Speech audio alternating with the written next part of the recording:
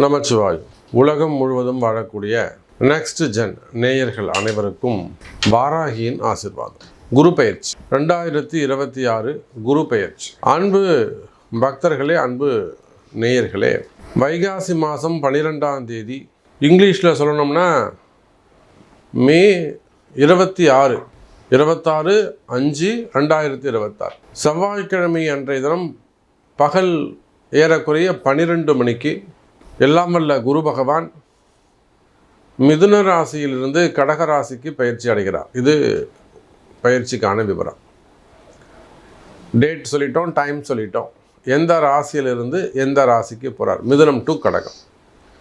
கடகத்தில் ஒரு என்ன விசேஷம்னா, 12 ஆண்டுகளுக்கு பிறகு குரு பகவான் உச்சம் பெறுகிறார். முன் எப்போதும் இல்லாத வகையில் 12 ஆண்டுகளுக்கு பிறகு குரு பகவான் உச்சம் அடைகிறார். இதில் இவர் உச்சம் அடைகின்ற சமயத்தில் குருவுடைய வீட்டில் சனி பகவான் பலம் பெற்று திக்பலம் பெற்று திரிகோணத்தில் அமைகிறார். அப்போ பார்த்தீங்கன்னா நிறைய உலகத்தில் பொருளாதார மாற்றங்கள், உலகத்தில் அரசியல் மாற்றங்கள், கால சூழ்நிலைகள் மாற்றங்கள், இப்போ நிறைய இந்த வார் சம்மந்தமான போர் பதற்றங்கள்லாம் இருக்குது. பார்த்திங்கன்னா வார் நியூஸஸ் இருக்குது, வார் சம்மந்தப்பட்ட ஒரு ஃபியர்னஸ் இருக்குது எக்கனாமிக்கலாக. அப்போ இந்த பொருளாதாரம் எப்படி ஆகும், வாழ்வாதாரங்கள் எப்படி இருக்கும், இதனால் வேலை வாய்ப்புகள் பறி போகிறது, அப்படியே கொத்து கொத்தாக 4000 பேர் 5000 பேர்னு ஒரே சமயத்தில் எடுக்கிறது, இந்த மாதிரியான டிஸ்டர்பன்ஸ்லாம் இந்த குரு பயிற்சிக்கு அப்புறம் நிச்சயமாக கண்ட்ரோலுக்கு வந்துடும். நல்லது நடக்கும். குருவுக்கு 9வது வீட்டில் இருக்கக்கூடிய சனி பகவான், சனியும் குருவும் சேர்வார்களே ஆனால், இப்போ வெறும் சனி செவ்வாய் மட்டும் சேர்ந்துருக்கிறாங்க. மே மாதம் 16ஆம் தேதி வரையிலும் இந்த சண்டை சச்சரவுகள் போர் பதற்றங்களில் தான் இருக்க தான் செய்யும். ஆனால் குரு பெயர்ச்சி நடந்துடுத்தனாக்கா எல்லாருக்கும் நன்மை, எல்லாருக்கும் நன்மை. எந்த மாதிரியான கஷ்டங்கள், எந்த மாதிரியான மனசில் பயம் இருந்தாலும், அல்லது எந்த மாதிரியான கஷ்ட கால சூழ்நிலைகள் இருந்தாலும் எல்லாருக்கும் நல்லது செய்யக்கூடிய ஒரு பயிற்சியாக இந்த குரு பெயர்ச்சி அமைகிறது. உங்களுடைய நீண்ட நாள் முயற்சிகள் வெற்றி பெறும்.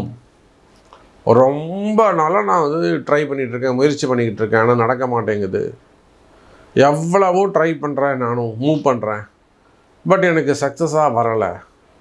ஸோ நீண்ட கால முயற்சிகள் வெற்றி பெறும். குரு பகவான் உச்சம். மெயினாக பணம் வந்து சேரும். கையில் காசு இல்லை, கையில் பணம் இல்லை, கொடுக்க வேண்டிய காசு இவ்வளோ இருக்குது, பணம் வந்து சேரும்.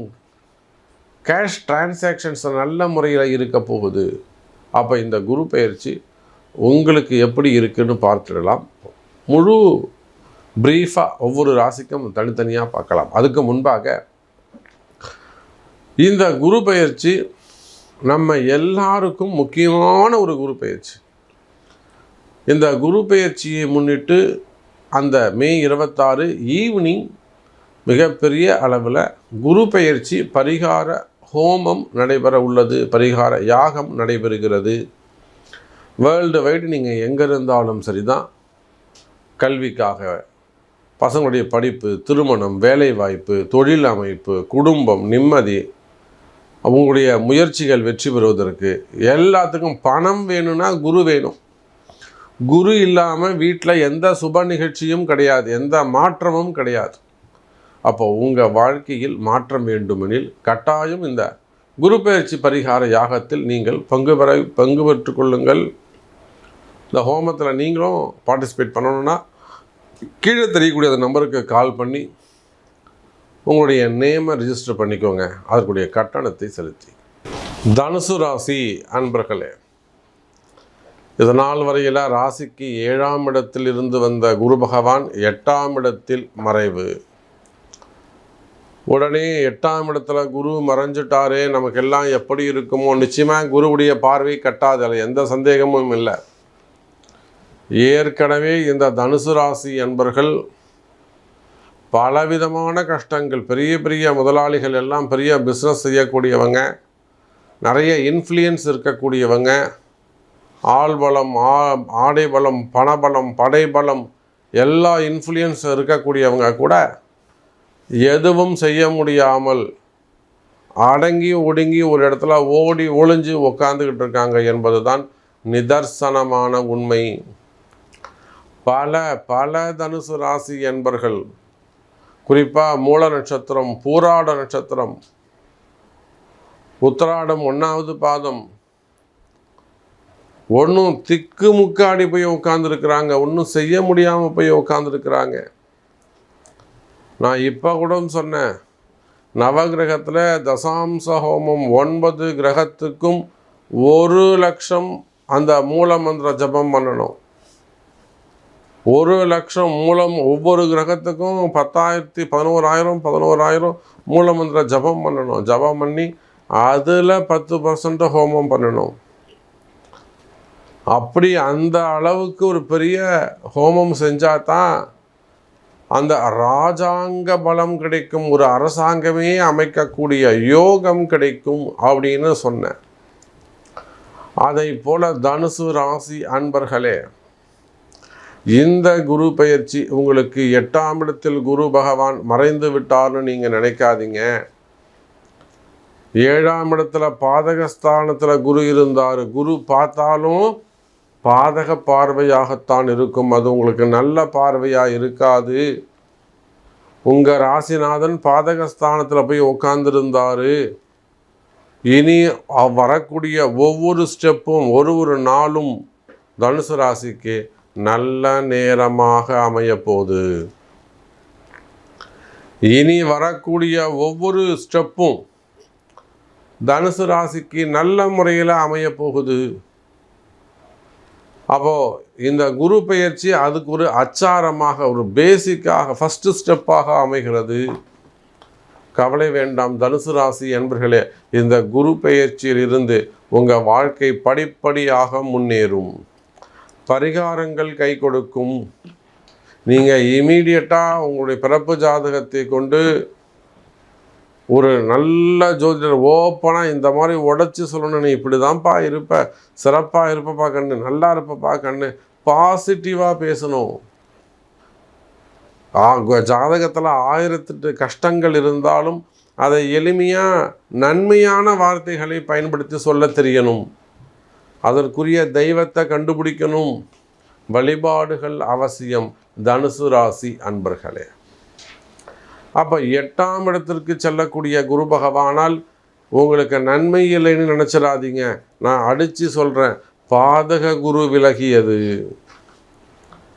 தனுசு ராசி என்பர்களே, 8ல் குரு மறைஞ்சிட்டாரு நீங்கள் நினைக்கிறத விட பாதகத்தை செய்த குரு பகவான் விலகிட்டாருன்னு நினச்சி பாருங்கள்.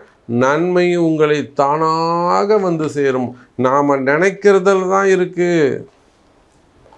நல்லதை நினைப்போமே ஆனால் நல்லதே நடக்கும் என்பதுதான் விதி. இதுதானே சார் சொல்கிறாங்க பெரியவங்க ஜோதிடர்கள். நம்ம ரிஷி, பராசர மகரிஷி ஆகட்டும், பதஞ்சலி மகரிஷி ஆகட்டும், சுகர மகரிஷி ஆகட்டும், அகஸ்தியர் ஆகட்டும், புலிப்பாணி, இதைத்தானத்தான் சொல்லியிருக்கிறாங்க நம்ம முன்னோர்கள். அப்போது தனுசு ராசி என்பர்களே, நீங்கள் ஒரு பரிகார ராசியாக அமைகிறீர்கள். குரு பெயர்ச்சி பரிகாரம் கட்டாயம் உண்டு. நிச்சயமாக செஞ்சுக்கோ. உங்களுடைய பிரார்த்தனைகள் எதுவாக இருந்தாலும், அது குடும்ப கஷ்டமாக இருக்கலாம், குடும்ப பிரச்சனையாக இருக்கலாம், குடும்பத்தில் நிறைய விஷயங்கள் நிம்மதி இல்லாமல் இருக்கலாம். புரியுதுங்களா? குடும்பத்தில் நிறைய விஷயங்கள் நிம்மதி இல்லாமல் இருக்கலாம். அதே போல் தொழில் பிரச்சனைகள், நிறுவனங்களில் வரக்கூடிய பிரச்சனைகள், நிறுவனங்களில் ஏற்படக்கூடிய சில பிரச்சனைகள் அதுவாக இருக்கலாம்.